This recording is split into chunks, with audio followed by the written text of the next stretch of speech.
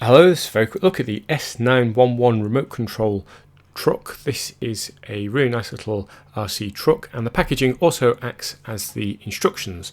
So you take a look at the back and it shows you where the main truck battery is and what you do with the remote and how to control it.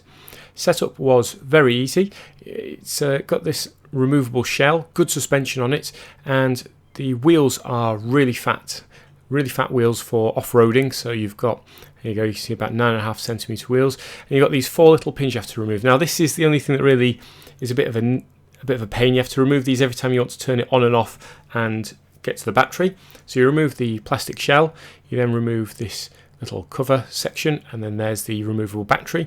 So you take that out to charge it, and once it's fully charged, I think it takes about 2.5 hours to fully charge, plug it back in. And once the battery is plugged in, you'll see a little light just above the battery. There you go, it's blinking away, and that's just next to the on-off switch. So if you do want to turn this off, you can do, but you've got to remove the full shell to do so.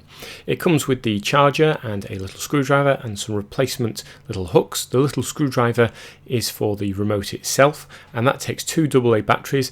They're not included, you'll need to buy those separately. You have to attach the little wheel, and that operates the left and right, and then the trigger is accelerate, brake and reverse, and it's very responsive. It works really well. I hope you found this short review useful. Thanks for watching. Because Top Gear in the UK has not been getting great ratings, I thought I'd have a little go myself to see if I could do better. Enjoy!